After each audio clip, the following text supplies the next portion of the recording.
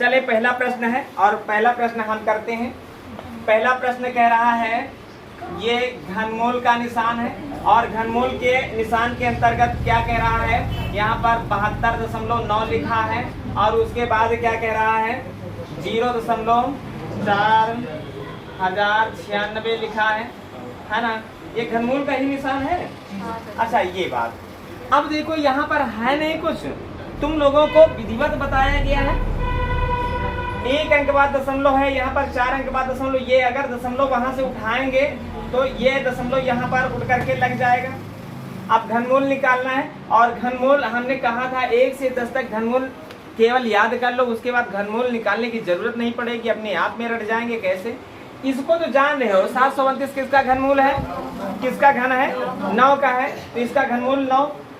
और उसके बाद यहाँ पर इसकी बात अगर करें तो है क्या, देखो यहाँ पर क्या होता है, थोड़ी देर के लिए दशमलव भूल जाओ, थोड़ी देर के लिए भूल जाओ और इसके पीछे के 3 अंकों को एक ग्रुप में बांट दो और पहले वाले अंक को एक ग्रुप में रख लो।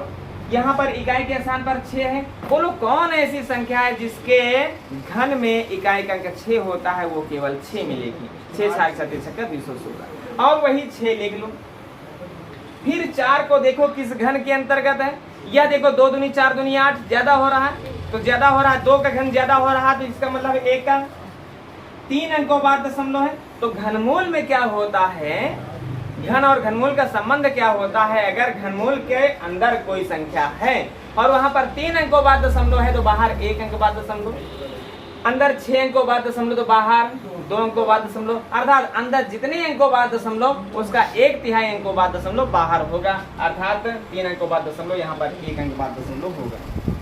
अब यहाँ पर देखो ऑप्शन में क्या क्या है, वैसे ही हम सही कर लेते हैं। अच्छा ऑप्शन में सही बटे में संख्या नहीं है, ये दशमलव हटाओ और ये 0 बढ़ाओ और इसको काट देते हैं। 4 चौके 16, 4 से काटेंगे तो 15 होगा।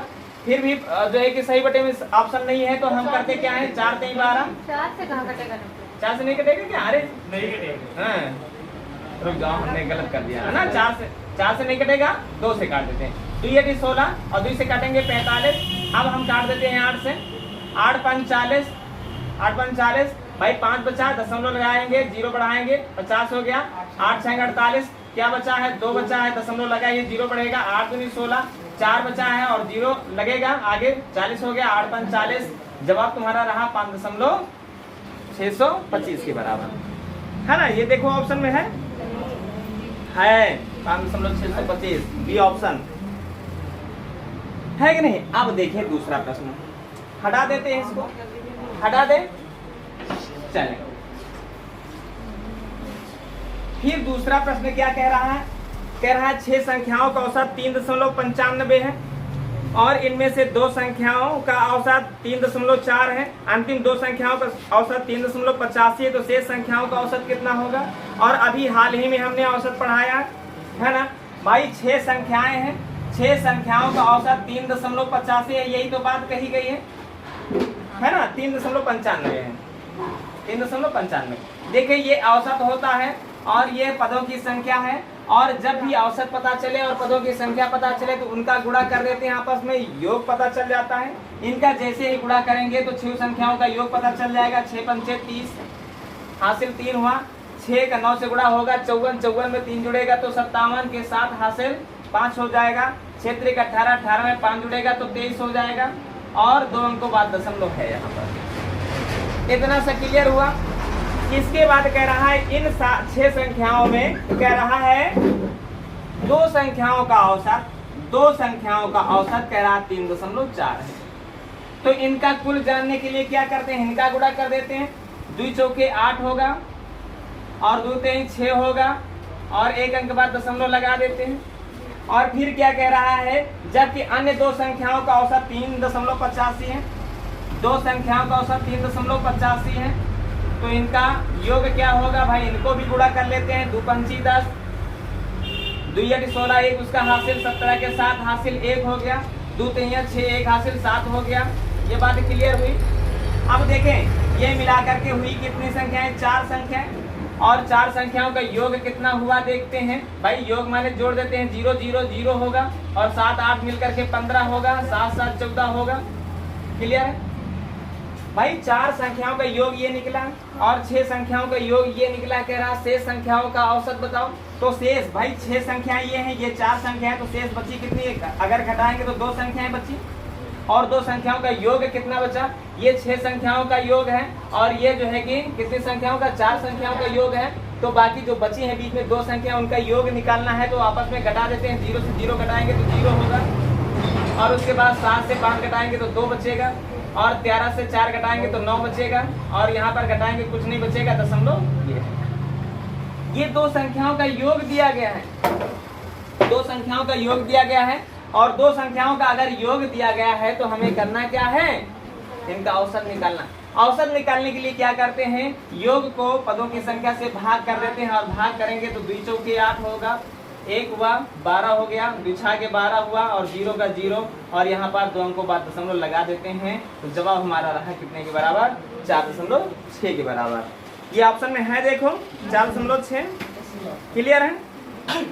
अच्छा, अगला 123 नंबर। हटा दें इसको, हटा दें कि लगा रहे हूँ? हो गया, चल बस समझना है। और ये हर एक सवाल बताया गया है। देखो क्या कह रहा है सवाल? कह रहा है किसी वस्तु के अंकित मूल्य पर 2 प्रकार की छूट दी गई है। पहली क्रमागत छूट 40% और 30% है। दूसरी क्रमागत छूट 45% और 20% है। दोनों उत्तरोत्तर छूटों में 12 रुपया का अंतर है। तो उस वस्तु का अंकित मूल्य बताओ, है ना? 12 रुपये का अंतर है। तराजू लगा लेते हैं। कैसे? देखो पहली छूट क्या है? पहली छूट 40% और 20% के बराबर है और दूसरी छूट कह रहा है 45% और कितने के? 45 और 20% के बराबर है। अच्छा, इसके निकालने के 2 तरीके हैं। पहला तरीका तुम लोग यही लगाते हो कि 100 माइनस 100 गुणे ये 40% छूट का मतलब क्या रखोगे? 60% माने बटा 100 और दूसरी छूट ये 20 है, 20 का मतलब 80 रखोगे बटा 100। सर वहाँ पे 30 है, 40 नहीं 40 30 कहाँ है? अच्छा 30 है ना? हाँ 30 है, 30 है, ठीक है। और 30 का मतलब 70। अब 100 से 100 कटा, ये 0 से ये 0 कटा, ये 0 से ये 0 कटा, 6 से 42 और 100 में 42 को हटाओगे तो कितना हो जाएगा? कितना हो जाएगा? 58 हो जाएगा। ये 58% की बात कर रहा है। क्लियर है? यही तो कर रहे हो। और उसकी बाद क्या कहता है दूसरा, ये वाला, ये 45 और 20 की बात कर रहा है। तो इसमें भी 100 और माइनस 100 गुणे 45 का मतलब 55% और 20 का मतलब 80% है। भाई 100 से 100 को काटेंगे, बंद करो इसको, और 0 से 0 को काटोगे, 5 से काटोगे 11 आएगा, 5 से काटोगे 2 आएगा, 2 से काटोगे 8 को 4 आएगा, तो 1 चौक 44। 100 से 44 को घटाओगे तो कितना हो जाएगा? कितना हो जाएगा? 56%। इधर 56% की छूट है, इधर 58% की छूट है। छूट कितने परसेंट के बराबर है? 2% के बराबर है ना? 2% के बराबर है ना? अब कहता है अंतर के बराबर तराजू बनाओ और सवाल ने कहा इन दोनों में 12 रुपया का अंतर है। ये 12 रुपया है, रुपया का अंतर है 12 और यहाँ पर देखा जाए तो कितने का अंतर है? 2 का अंतर है। ये परसेंट है, परसेंट के नीचे परसेंट रखोगे, रुपया के नीचे रुपया रखोगे, तभी सवाल आंसर आएगा। करा उस वस्तु का अंकित मूल्य बताओ। अंकित मूल्य से कितने परसेंट मानते हैं? 100% मानते हैं। और 100% मानेंगे तो क्या होगा? 2 से कटेगा तो 2 छाक 12 और 3 में गुणा होगा तो 100 से का 600। यही तुम्हारा जवाब होगा। क्लियर है? देखो 600 है। चलो नोट कर लेते हैं इसको। देखो प्रश्न क्या कह रहा है। किसी जमीन के एक आयताकार प्लाट है ना? आयताकार प्लाट की बात कर रहा है और इस आयताकार प्लाट की लंबाई चौड़ाई की 4 गुनी, जो लंबाई है चौड़ाई की 4 गुनी, कहने मतलब ये 1 है तो ये 4 है। बात ना करो, पहले क्वेश्चन को समझो लेना क्या हुआ। लंबाई जो है कि चौड़ाई की 4 गुनी, ये बात क्लियर हुई। फिर क्या कह रहा है? एक खेल का मैदान इसमें निकाला गया जो कि 1200 वर्ग सेंटीमीटर जगह घेरता है ना? जो पूरे प्लाट का 1/3 है। पूरे प्लाट का 1/3 का मतलब 1/3 है। जो 1200 वर्ग क्षेत्रफल का ये एरिया है, पता नहीं गोल है कि चौकोर है ना? ये बात नहीं दी गई है यहाँ पर, नहीं आयताकार ही। आयताकार ये प्लॉट यहाँ से निकाला गया है। ये पूरे का 1/3 है, पूरे का 1/3 है। इसका मतलब इसका 3 गुना ये है। क्या? इसका 3 गुना यह है। यही तो बात कह रहा है। इसका 3 गुना माने 3600 इसका क्षेत्रफल है। भाई ये खेल का मैदान है, खेल का मैदान 1/3 है। 1/3 का मतलब है यह जो है कि 1 है तो यह 3 है, तभी तो इसका 1/3, इसका 1/3 माने 1/3। देखो 1 आया। तो कहने का मतलब है कोई किसी का 1/3 होता है तो दूसरा वाला वह 3 गुना होता है। कोई किसी का आधा होता है तो दूसरा वाला उसका 2 गुना होता है। कोई किसी का चौथाई होता है तो दूसरा वाला उसका 4 गुना होता है। कोई किसी का 5वां भाग होता है तो दूसरा वाला उसका 5 गुना होता है। तो ये जो खेल का मैदान है इसका 1/3 है। इसका मतलब ये है कि इसका 3 गुना ये एरिया है, क्षेत्रफल। इतनी सी बात पता चली। अब कह रहा है प्लाट की लंबाई कितने मीटर। तो सोचो, हमने कहा था क्षेत्रफल का जो सूत्र होता है वह लंबाई गुणे चौड़ाई होता है। लंबाई गुणे चौड़ाई होता है। अगर तराजू पर लगाना है तो ये देखो गुणनफल ही है किनका, लंबाई और चौड़ाई का। लंबाई और चौड़ाई के गुणनफल से इसको भाग करोगे तो एक पूर्ण वर्ग संख्या मिलेगी जिसका हमें वर्गमूल निकालना होता है। जैसे ये 4 है, ये 1 है, 4 1 का 4, 4 से भाग करोगे 900 आएगा। 900 किसका? 30 का वर्गमूल। 30 का मान है ना, और 30 का मान है तो 30 से 4 को गुणा करोगे लंबाई निकल आएगी, 30 का 1 से गुणा करोगे चौड़ाई निकल आएगी। क्यों? क्योंकि तुम लोग ऐसे लगाते हो, इसको 1 मानते हो, 1 1 से, तो इसको 4 1 मानते हो और कहते हो क्षेत्रफल। और क्षेत्रफल बराबर क्या कह रहा है? क्षेत्रफल बराबर होता है लंबाई गुणे चौड़ाई, है ना, यही तो कह रहे हो। और क्षेत्रफल तुम्हारा 3600 है, और क्षेत्रफल 3600 है तो लंबाई तुम्हारी 4 x है और गुणे चौड़ाई तुम्हारी x है। सबसे पहले का हमारा x का मान निकालें, 4 से भाग करोगे तो 900 होगा और बराबर x का x से गुणा x स्क्वायर होगा। स्क्वायर इधर से जाएगा, रूट बन जाएगा। 900 का मान क्या हुआ? माने x का मान 30 हुआ और x का मान 30 हुआ। 30 से गुणा करोगे 3 चौके 120 और ये 30 है। कहने का मतलब है ये चौड़ाई है और ये लंबाई है। लंबाई पूछे तो 120, चौड़ाई पूछे तो, और अगर परिमाप पूछे तो जोड़ के दुगना कर दो, माने 120 और 30 150, 150 का दुगना 300। बात क्लियर हुई? ये रहा तुम्हारा आयत से संबंधित ये प्रश्न। आ गया? नोट कर लो इसको। हिलाओ नहीं, इसे हिलाओ नहीं। कह रहा है 8 आदमी 40 दिनों में किसी काम को पूरा करते हैं। भाई कह रहा है 8 आदमी 40 दिन में किसी काम को पूरा करते हैं, यही तो कह रहा है। यही लगता है पहले वाक्य का गुणनफल बराबर दूसरे वाक्य का गुणनफल।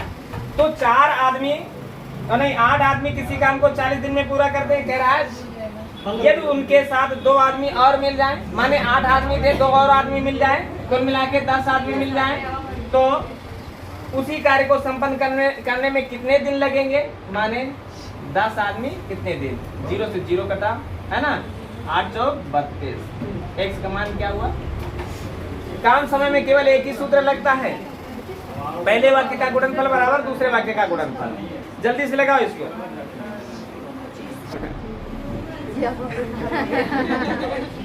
कह रहा 2 नलिकाएं x और y, माने 2 नल हैं x और y, एक टंकी को क्रमशः 24 मिनट और 32 मिनट में भर सकते हैं। यदि दोनों नलिकाएं एक साथ खोल दी जाए तो y को कितने मिनट बाद बंद कर दिया जाए कि पूरी टंकी 18 मिनट में भर जाए? देखो एक x है और एक y है, और x भरने का काम करती है 24 मिनट में, और जो है कि y भरने का काम करती है 32 मिनट में। सबसे पहला काम तुम्हारा इनका एलसीएम लेना है। बोलो इनका एलसीएम कितना होगा, है ना भाई? 8 चौक 32 होता है, 8 चौक 32 होता है, 8 त्रिक 24 होता है, 8 त्रिक 24, 24 चौक 96, ये तुम्हारा एलसीएम है ना? 96 तुम्हारा एलसीएम है। क्लियर हुआ एलसीएम?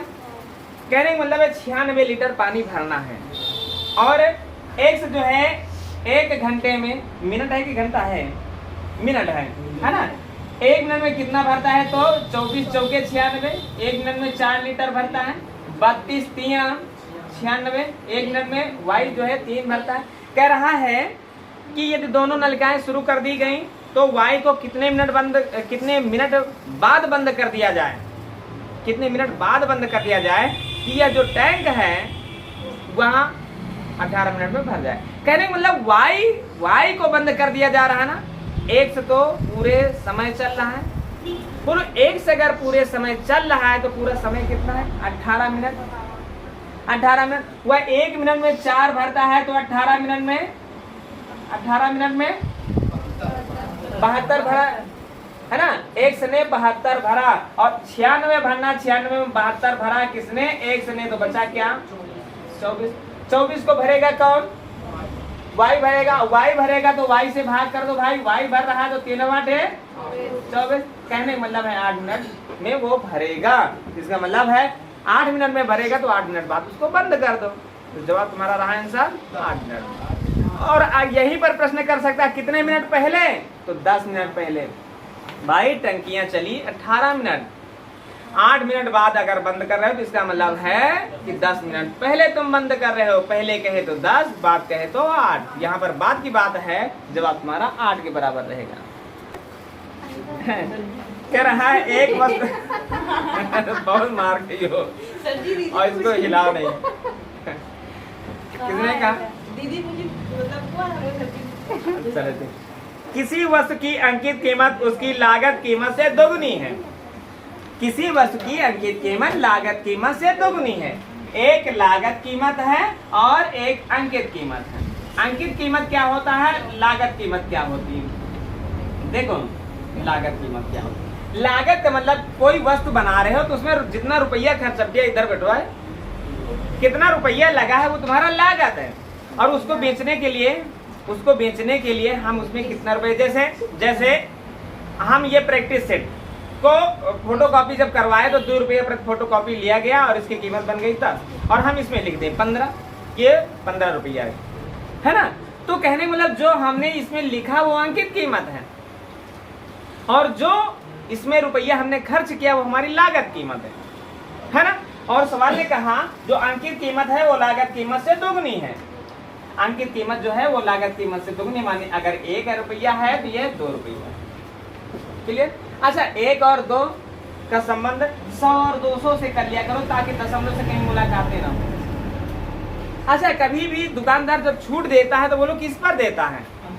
एक बार क्वेश्चन आ चुका है कि दुकानदार किस पर छूट देता है? लागत कीमत पर, विक्रय कीमत पर, अंकित मूल्य पर, अंकित मूल्य पर, है ना।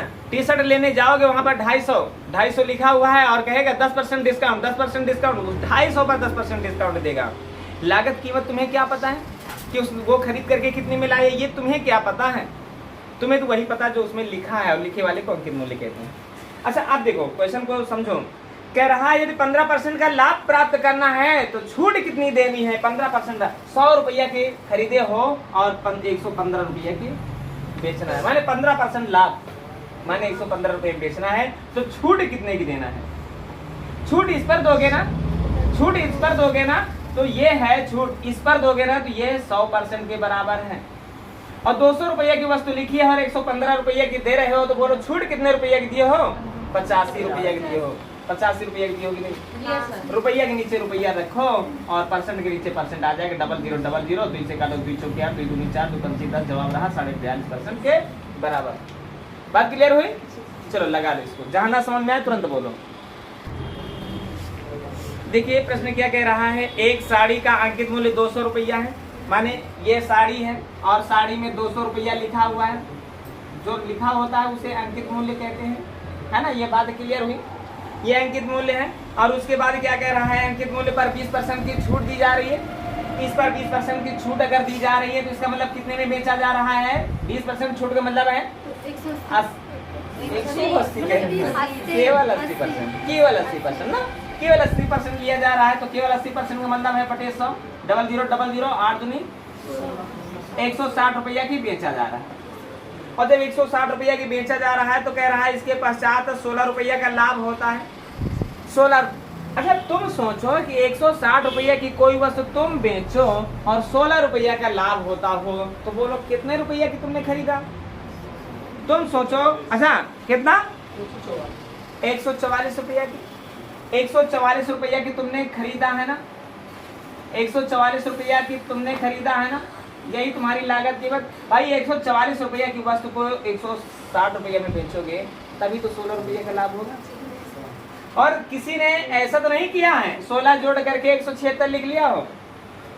क्योंकि ज्यादा में खरीदोगे 176 में खरीदोगे और 160 में बेचोगे तब तो नुकसान हो जाएगा ना, और दुकान तो आपको यहाँ पर लाभ हो रहा है 160। तुम ऐसे छोटा सा सवाल समझो, 10 रुपया में कोई वस्तु बेच रहे हो तो 2 रुपया का लाभ हो रहा है, तो बोलो कितने रुपया के खरीदे होंगे? 8 रुपया के। तो जितने में बेच रहे हो उससे लाभ को घटाओगे, क्रय मूल्य निकल आएगा, है ना। इतने रुपये बेच रहे हो, 16 रुपये का लाभ हो रहा है और लाभ को घटा दोगे लागत कीमत। कह रहा है अब ये नहीं पूछ रहा है, उसने कहा कि परसेंटेज लाभ बताओ। तुरंत परसेंटेज लाभ निकालना है। जो तुम्हारा क्रय मूल्य होता है वह सदैव 100% के बराबर होता है। परसेंट इधर है, रुपया इधर है, रुपया के नीचे रुपया, परसेंट के नीचे परसेंट। अब देखो लाभ कितने कह रहा है, लाभ कितने परसेंट, तो लाभ जाने के लिए लाभ रखो। 144 रुपये की वस्तु खरीदे हो, 160 रुपये बेच रहे हो, 16 रुपये का लाभ हो रहा है, लाभ कितने परसेंट के बराबर है, यही तो करना है। अच्छा 16 से 144 को भाग करो, कितने बार जाएगा? 16 भैया 144। 100 को 9 से भाग करोगे तो 9 का पहाड़ा 10,000, 9 एकम 9 बचा 1 हो गया 10, 9 एकम 9 बचा 1 ऊपर, और 9 से भाग कर रहे हैं, यही परसेंटेज है ना। 11 से 1 बटा 9% देखो है ऑप्शन में, है तो वही सही है। क्लियर है? 11 से 1 बटा 9%। अगला प्रश्न है ना, एक कार को दूरी 4.5 घंटे में तय करती है। माने ये जो दूरी है, इस दूरी को अब न जाने किस चाल से चल रही है ना, और लेकिन इस दूरी को 4.5 घंटे में तय करती है। 4 से 1 बटा 2, यही तो कह रहा है, घंटे में तय करती है। यदि 5 किलोमीटर दूरी को क्या कर दिया जाए, 5 किलोमीटर प्रति घंटा बढ़ा दिया जाए तो आधा घंटा कम समय लगता है। कहने का मतलब है, माना कि चाल x है, माना कि चाल x किलोमीटर प्रति घंटा है, तो समय निकालना होता है। समय को कैसे निकालते हैं? समय को निकालने के लिए क्या करते हैं, दूरी को चाल से क्या करते हैं, दूरी को चाल से भाग करते हैं। दूरी को चाल से भाग करेंगे तो क्या निकलेगा, दूरी बटे चाल बराबर समय। अच्छा देखो सूत्र है, दूरी अगर निकालना है तो चाल गुणे समय, यही से सारे सूत्र निकल आते हैं। चाल निकालना है तो दूरी बटे गुणे में है समय, इधर आएगा है ना, तो इस तरह से निकल आता। अच्छा देखो यहाँ पर मान लेते हैं 4.5 घंटे का समय लग रहा है, और इसकी ये तो इसकी दूरी कितनी बनी, इसकी दूरी कितनी बनी है भाई, 4.5 घंटे में तय कर रहा है तो दूरी कितनी बनी है। दूरी निकालने के लिए 4.5 घंटे को x से गुणा करोगे, है ना। 4.5 घंटे को 4.5 को ऐसे भी लिख सकते हो 9 बटा 2, है ना। 9 बटा 2 घंटे को x से गुणा करोगे, ये दूरी बन जाएगी। और दूरी को कभी किससे, चाल से अगर गुणा कर भाग करते हो तो समय निकलता है, समय निकलता है। क्वेश्चन ने कहा यदि चाल जो है ये दूरी है और दूरी को चाल से भाग करें, कह रहा है चाल को 5 किलोमीटर प्रति घंटा बढ़ा दिया जाए। माने अभी 1 था, अब 5 किलोमीटर प्रति घंटा बढ़ा दिया जाए, माने 1 प्लस 5 कर दिया जाए, 1 प्लस 5 कर दिया जाए, तो सवाल कहता है आधा घंटा कम समय लगता है। आधा घंटा कम समय का मतलब होता है जहां 4.5 घंटे लग रहे थे वहां पर अब 4 घंटे लगते हैं, तो बराबर में लिख दो 4, और यहीं पर x का मान निकाल लो। x का मान निकालने के लिए बटा 1 करो, 3x में गुणा करो, 9 का x से गुणा होगा 9x होगा, है ना। 2 एकम 2x, और 2x का 4 से गुणा होगा तो 2 चौके 8x होगा, है ना। और प्लस का निशान है, 2 पंची 10, पहले इनका गुणा होगा, 2 पंची 10, 10 का 4 से गुणा, 10 चौक 40। और x का मान निकालना है, x का मान निकालने के लिए 8x जो है प्लस का है, इधर आएगा तो घटेगा, और घटेगा 9x से 8x तो x बचेगा, और उधर बचा क्या 40। और यही हमारी रही चाल, है ना। धीमी वाली चाल क्या माने थे, x माने थे, और x का मान निकला क्या 40। और चाल किसमें लिखी जाती है, किलोमीटर प्रति घंटे में। तो जहाँ पे ना समझ में आया हो तुरंत बताया जाए। आ गया है तो क्या नहीं आया, मानने वाले उसी स्थान पर हैं आज भी। कह रहा है a अनुपात b बराबर क्या कह रहा है, 2 अनुपात 3 है, यही तो बात कह रहा है। और फिर बात कह रहा है कि b अनुपात c बराबर क्या कह रहा है, 3 अनुपात 7, है ना। फिर क्या कह रहा है, ए प्लस बी अनुपात बी प्लस सी अनुपात सी प्लस ए बराबर क्या होगा? सुनो, यहाँ भी है यहाँ भी है, ये दोनों पद बराबर हैं और ये दोनों पद बराबर हैं, तो कुछ करने की जरूरत नहीं है। ए और बी और सी का अनुपात निकालने के लिए, भाई बी बी के बराबर है और 3 3 के बराबर है, तो इसका मतलब है ए माने 2, बी माने 3, सी माने 7। कुछ करना था क्या? नहीं करना था ना। लेकिन आधे लोगों का सवाल टेस्ट में ये जो है कि गलत हुआ है, ये बात जाने रहना। पहले ब्रैकेट ने कहा ए और बी को जोड़ दो, भाई जोड़ दो, 2 और 3। दूसरा कह रहा है बी और सी को जोड़ दो, जोड़ो 10। तीसरा कह रहा है सी और ए को जोड़ दो, सी और ए को जोड़ो, 7 2 9। अब अगर ये सवाल नहीं आया तो फिर गणित पढ़ना तुम्हारे लिए अच्छी बात नहीं है, वो तैयारी करो जिसमें गणित ना आती है। इतने छोटे सवाल को अगर नहीं हल कर पा रहे हो तो, इतना पढ़ाने के बावजूद। अगला प्रश्न चलें देखें। कह रहा चतुष्कोणीय मैदान की लंबाई चौड़ाई का 60% है ना, लंबा नहीं चौड़ाई लंबाई का 60%। भाई देखो ये आयताकार मान लेते हैं, चौड़ाई जो है लंबाई का 60% माने ये 100 है, तो ये 60 है, बात ये कही गई है। कह रहा है यदि इनका मैदान का परिमाप जो है कि 800 है, तो मैदान का क्षेत्रफल क्या होगा, है ना। परिमाप कह रहा है, परिमाप क्या कह रहा है, 800 है, तो क्षेत्रफल क्या होगा। पहले तो इनकी लंबाई और चौड़ाई को निकालते हैं, लंबाई और चौड़ाई।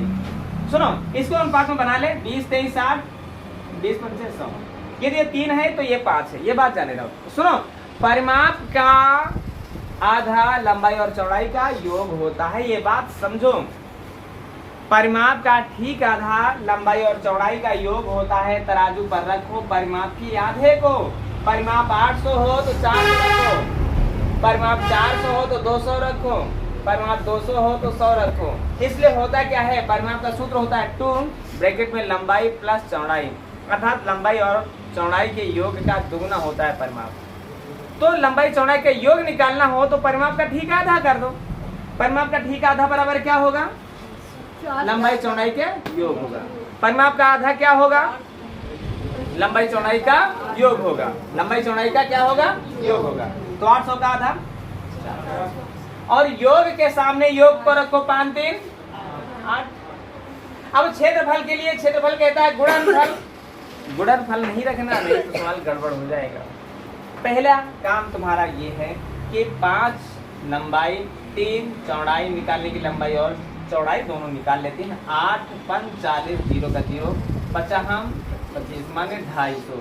लंबाई तुम्हारी 250 है, 50 3 150, चौड़ाई तुम्हारी 150। क्षेत्रफल निकालना है तो क्षेत्रफल होता क्या है, लंबाई और चौड़ाई का गुणनफल। लंबाई और चौड़ाई का गुणनफल ही तुम्हारा क्षेत्रफल कहलाता है, अर्थात लंबाई और चौड़ाई निकल के आ गई हैं, अब इनका गुणा ही करना है।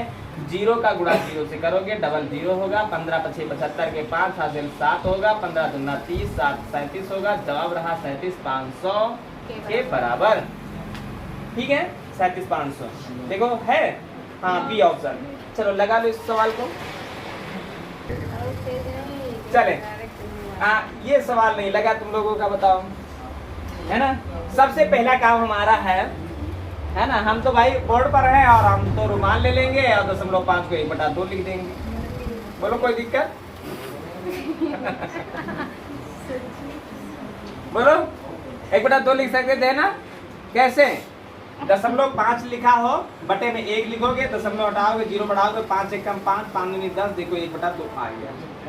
क्लियर, ऐसे ही होता है। चलें, सबसे पहला काम है, इनका एलसीएम ले लेते हैं। इनका एलसीएम देखो 7 6 और 2 का एलसीएम कितना होगा, है ना, 42 होगा कि नहीं, 42 होगा। और 42 दो में क्या करेंगे, 42 हो जाए 21 से गुणा, तो 21 से गुणा ऊपर कर दोगे, 21 से कम 21, और प्लस इसमें क्या करोगे, 42 हो जाए, 7 से गुणा तो 7 से गुणा ऊपर कर दो, 7 1 कम 7, और इसमें क्या करोगे, 42 हो जाए, 6 से गुणा तो 6 से गुणा ऊपर कर दो, 6 कम 6। तो देखो पहले तो हम जोड़ोगे, 21 में 7 जोड़ोगे 28, 28 में 6 घटाओगे तो कितना, 22 बटा 42, है ना। काट करके थोड़ा सरल बना लो, 2 1 कम 2, 2 1 कम 2, 2 से काटोगे 21 हो जाएगा। इस पूरे का मतलब क्या हुआ? 11 बटे 21 हुआ। अच्छा इसको भी कर लोगे क्या? 2 दूनी 4, 1 5/2। इसको हम मिटा के 5/2 लिखे, 5/2 लिखे ना, लिखे 5/2 से 11 बटे 21 घटाना है तो 21 और 2 का एलसीएम ले लेते हैं, है ना। 42 बेकारे को काट दिए, पड़ा रहने देते। चलो ठीक है, कोई दिक्कत की बात नहीं। 2 में क्या करेंगे? 42 हो जाए, 21 से गुणा, तो 21 से ऊपर गुणा करो, 21 पंजे 105, 105 से क्या घटाओगे? 21 में क्या करें कि 42 हो जाए, 2 से गुणा, तो 2 से गुणा ऊपर कर दो, 11 दूना 22। पहले इनको घटा लो, 5 से 2 घटा तो 3 बचा, 10 से 2 घटा तो 8 बचा। क्लियर है? और बटे में 42 लिखा है। क्लियर है? 42 हुआ।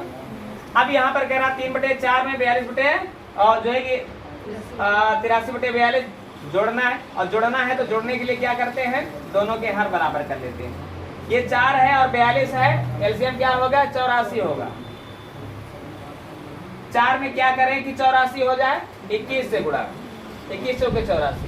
बहुत अच्छी नींद होती है। 21 से नीचे गुणा तो 21 से ऊपर, 21 दिया 63 और प्लस का निशान लगा है। 42 में क्या करें कि 84 हो जाए, 2 से गुणा, तो 2 से गुणा ऊपर कर दो, 2 3 6, है ना, 2 3 6। अब यहाँ पर क्या होगा? 2 16। क्लियर है ना? क्लियर। अब 63 और 166 दोनों को जोड़ना है, बटे में 44 तो 84 है, तो 6 9 6 12 और 1 हासिल हुआ, 1 हासिल जोड़ा तो 2, है ना, बटे 84, है ना। क्लियर?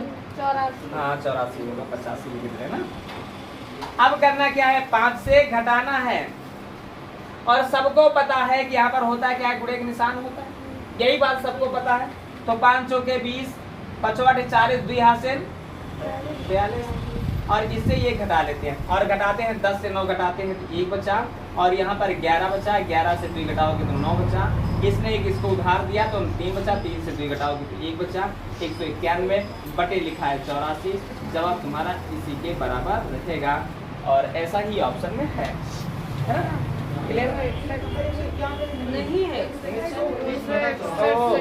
अरे 119 नहीं है, सुनो तो 119 नहीं है, तुम लोग गलती करके क्वेश्चन ऑप्शन को समझने में। सुनो बात करके तो देखो, ये जो दुई अधूर लिखा है 61 का मतलब है दुई सही 61/84, और दूसरा है दुई सही 23/84, है ना। इनको समझना तो कर लेना, वो आ जाएगा। ठीक है, चलो अब समझ गए हो ना, अब ऐसा होता है। चले ठीक है, अगला प्रश्न है, चलें देखें। कह रहा है 8 पुस्तकों का क्रय मूल्य, है ना, यही तो कह रहा है। 8 पुस्तकों का जो है वो क्रय मूल्य कह रहा है कि 6 पुस्तकों के विक्रय मूल्य के बराबर है, 6 पुस्तकों के विक्रय मूल्य के बराबर है। क्वेश्चन को समझो, देखो ध्यान से। जितने में वस्तु को खरीदा जाता है वो क्रय मूल्य होता है, जितने में बेचा जाता है वो विक्रय मूल्य होता है। उनके बीच का अंतर लाभ या हानि होती है। अगर यहाँ पर वस्तु को कितने रुपए में खरीदा गया? 8 नहीं 6 में खरीदा गया। कैसे?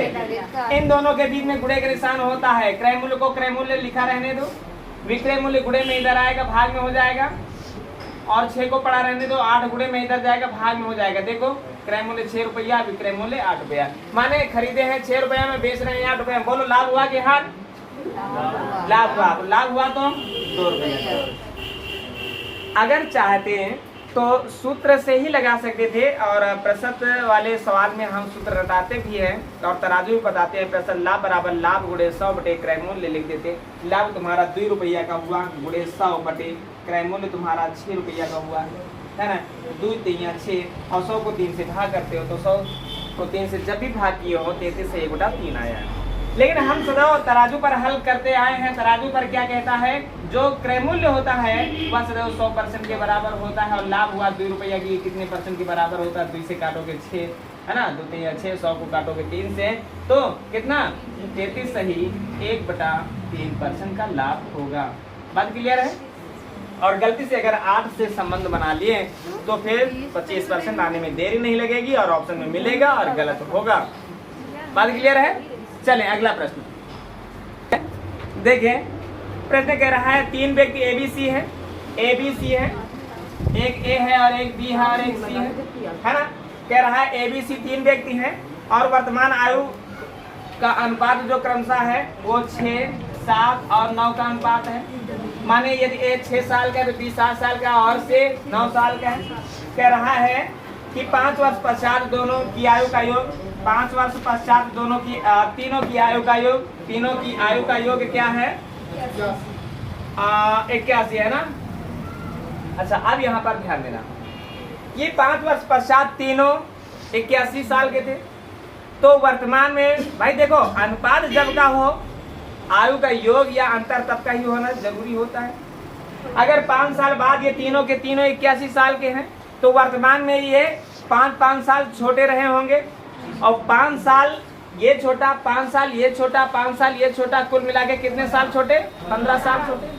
तो 15 घटा लेना, 15 घटा ले तो वर्तमान योग पता चल जाएगा कि नहीं पता चल जाएगा भाई। 15 घटाएं और 15 घटाते 11 से 5 घटाएगा तो 6 बचेगा और यहाँ 7 बचा, 7 से 1 घटाएंगे तो कितना बचेगा 6 बचेगा।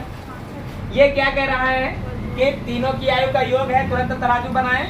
ये 66 क्या है तीनों की आयु का योग है और योग के सामने योग को रखते हैं, योग के सामने योग को रखे भाई।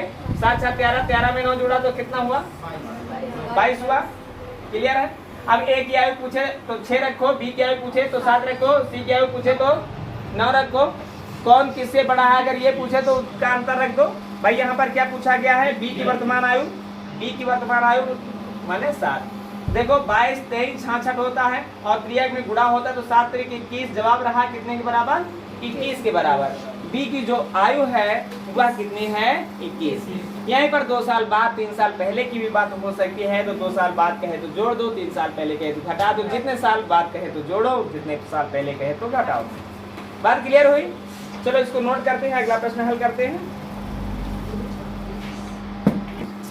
देखिए प्रश्न क्या है, प्रश्न ये है कहता है 4 घंटे है ना और उसके बाद कह रहा 30 मिनट और 42 सेकेंड का औसत की बात माने इनको कुल मिलाकर के सेकंड बनाना है। 1 घंटे में 3600 सेकंड होते कि नहीं, 1 घंटे में 3600 सेकंड होते हैं तो 4 घंटे में 4 से गुणा कर दो। 36 दूना 72 दूना 144 100 सेकंड, 144 100 सेकंड है ना, यही तो होगा कि नहीं बताओ। अच्छा अब यहाँ पर क्या हुआ, एकदम क्लियर बात है कि नहीं। अच्छा अब कहते हैं 30 मिनट, 1 मिनट में 60 सेकंड होते हैं, 1 मिनट में 60 सेकंड होते हैं। यहाँ पर लिखा 30 मिनट, 30 मिनट को सेकंड में बनाने के लिए है ना, तो क्षेत्र का 1800 होगा कि नहीं। क्लियर है। 42 सेकंड तो सेकंड हाई है। आप करना क्या है 2 है, 4 है और 8 4 12 है और 4 1 5 है, 1 हासिल है ना, 6 है और 1 है। 16 242 और 16 242 तुम्हारे ऑप्शन में है नहीं, तो इसका मतलब ये तो जोड़ है ना। अब क्या करें कि आंसर आ जाए, कितने औसत पूछे। औसत के लिए क्या करेंगे, जोड़ बटे पदों की क्या क्या जोड़े, 3 चीजें जोड़े, 3 से भाग कर दे। अच्छा भाग करें, 3 25 15 बचा क्या 12, 1 बचा हो गया 12, 3 4 12 है ना, 4 बचा, 3 1 का 3, 1 बचा 12 हो गया, 3 4 मिला कि नहीं मिला, 54 14 मिला कि नहीं मिला, मिला है तो फिर उसी को टिक कर लो है ना सेकेंड। देखिए प्रश्न क्या कह रहा है, कह रहा है 24 सेबों को ऐसे 2 भागों में बांटो कि पहले का 7 गुना और दूसरे के 5 गुना का जो जोड़ है वह 146 हो जाता है। माने 24 को बांटना है, ये 24 को बांटना है भाई। तो पहला भाग मान लो x, अच्छा पहला भाग पूछा जा रहा है, दूसरा पहला भाग पूछा जा रहा है, पहले को मान लो x। अच्छा 24 में इसे माने x तो दूसरा कौन सा होगा, y नहीं होता है। जैसे 10 रुपया को 2 भागों में बांट रहे हो, एक का मान 2 तो दूसरे का मान 8, कैसे इसलिए घटा कर, ठीक है। 24 में एक का मान x है तो दूसरे का मान 24 माइनस x। क्लियर हुआ, इतनी सी बात जाने हो नहीं। अच्छा कह रहा है पहले का 7 गुना, इसका 7 गुना 7x होगा, दूसरे वाले का 5 गुना। अगर दोनों को जोड़ दिया जाता है तो सवाल ने कहा कि 146 हुआ है। बस यहीं पर x का मान निकालना है, क्या दिक्कत है। पहले का 7 गुना दूसरे का 5 गुना जोड़ देते हैं तो 146 होता है। 7x है ना, और प्लस 24 पंचे 120 होता है, और माइनस यहाँ पर लिखा है माइनस 5x लिखा है, और बराबर 146 होता है। ये माइनस का 5x है, प्लस का 7x है, दोनों घटेंगे ना, 7x से 5x घटा तो 2x हुआ, 120 प्लस का उधर जाएगा, घटेगा तो 26 बचेगा ना। 2x का मान 26 है तो x का मान कितना होगा, 2 एकम 2 2 3 6। बोलो जवाब में क्या रहा है ना। पहला भाग 13 है तो दूसरा अगर पूछा जाए तो दूसरा क्या होगा, 11 होगा। पहला भाई 13 है तो दूसरा 11 होगा, है ना। 13 का भाई 13 से 91 कह रहा, पहले का 7 गुना 13 से 91, दूसरा निकला 11 का 5 गुना 11 पचे 55, दोनों का जोड़ क्या है 146। देखो 5 1 6 9 5 14, जवाब रहा 146 के बराबर। क्लियर है। चले चाहते तो ऑप्शन से लगा लेते, ये जो है कि कुछ करने की जरूरत नहीं थी, ऑप्शन से लगाए देखे कैसे आए। चलो छोड़ देते हैं, अगला प्रश्न। भाई देखो ये a गुणे a माने a स्क्वायर माइनस ये b गुणे b माने b square, a square minus b square. अगर हम ऐसे सवाल में बताए थे अगर नीचे दोनों का घटाव लिखा है तो हमें जोड़ देना है, अगर नीचे जोड़ लिखा तो है ना, बस नीचे बड़ी संख्या लिखी है। क्या हुआ, अरे चली गई है, कहाँ गई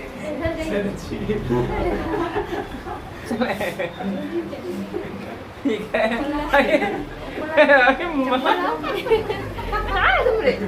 बात करो बस साथ तो जाओ ये ऐसे डरती हैं बेटा, साथ रखिए बेटो। हाँ देखिए हमने कहा कि दोनों का अगर अंतर नीचे लिखा है तो दोनों को जोड़ देना है, अगर नीचे दोनों का जोड़ लिखा है तो ऊपर घटा देना है। फिलहाल यहाँ पर देखो दोनों का अंतर लिखा है, अंतर का मतलब है ऊपर दोनों को जोड़ देना है। 6 और 4 मिलकर के 10 हुआ, हासिल 1 हुआ, हासिल जुड़ेगा 6 4 10 हुआ, हासिल जुड़ेगा यहाँ पर कितना होगा 3 और 3 1 4 होगा। जवाब तुम्हारा 400 के बराबर होगा, है ना। अगर ये सवाल किसी का गलत हुआ तो समझ लो बेकार है, फिर पढ़ना उसे बेकार है। अगला प्रश्न चले देखें, 3/5 की घात 3 का मतलब है 3/5 का गुणा 3/5 से 3 बार। अच्छा ये 3/5 की घात 3 लिखा है ना, और ये है अगर माइनस हटाओगे ना तो ये है 5/3 की घात 6 हो जाएगा। बात को समझो, इतना ही पहले हल कर लिया जाए, बाकी को बाद में देख लिया जाएगा, है ना। 3 का गुणा 3 से देखो यहाँ पर 3 बार, सुनो 3 का गुणा 3 से 3 बार, 3 का गुणा यहाँ पर 3 से 6 बार। चलो गुणा करते हैं भाई, देखो गुणा हो रहा है यहाँ पर 5 कितनी बार 6 बार, 3 कितनी बार 6 बार, 3 कितनी बार 3 बार, 5 कितनी बार 3 बार। देखो जब आधार बराबर होते हैं तो आधार को लिख देते हैं और घातों को घटा दे, या ऐसे समझ लो 3 का गुणा 3 से 3 बार, नीचे 3 का गुणा 3 से 6 बार, तो एक 3 से ये 3 से कटा तो नीचे क्या बचा 3 की घात 3 बचा, माने 3 गुणे 3 गुणे 3 माने यही तो बचा, कह लेते हैं। और वही प्रक्रिया यहाँ पर हुई, 5 की घात यहाँ पर 6 है, 5 की घात 3 है तो ऊपर 6 ज्यादा है तो माने 5 का गुणा 5 से 3 बार, ऐसे बचेगा कि नहीं बचेगा, बचेगा। कहने का मतलब है ये हुआ क्या 5 की घात 3/3 की घात 3 माने 5/3 की घात 3 बराबर, आगे लिखा है क्या 3/5 की घात 2x - 1। अच्छा इसको 5/3 को 3 बना दो, 3/5 बना दो, है ना। 5/3 को 3/5 बना दो, घात को माइनस में कर दो, कोई दिक्कत। देखो करते क्या है सवाल को समझो। ये जो 5/3 है इसको 3/5 बना दो, 3/5 बना दी और घात को माइनस में कर दो, ऐसा ही होता है। हम अभी बताए माइनस का घात में माइनस लगा, माइनस को हटाना है तो इनको पलट देते हैं। बराबर लिखा है 3/5 की घात 2x - 1। जब आधार के बराबर होता है तो घात के बराबर होती कि नहीं, तो माइनस का 3 बराबर लिखा है 2x - का 1। x का मान हमें निकालना है, पूछ रहा है x का मान बताओ, तो 2x बराबर ये माइनस का 1 है, बराबर के इस बार जाएगा, प्लस का 1 बनेगा। और प्लस का 1 लिखा है और माइनस का 3 लिखा है, तो दोनों क्या होंगे, घट जाएंगे। और घटेगा चिन्ह जो है बड़ी वाली संख्या का होगा। 2 गुणे का है, ये जाएगा इधर भाग कर देगा, 2 1 कम 2, माइनस का 1 रहा। जवाब क्या रहा, माइनस के 1 के बराबर। क्लियर है, जवाब क्या रहा, -1 के बराबर। जहाँ पे ना समझ में आया वो तुरंत बताया जाए और तुरंत हम लगाएं उसको। फिर दोबारा अगला प्रश्न।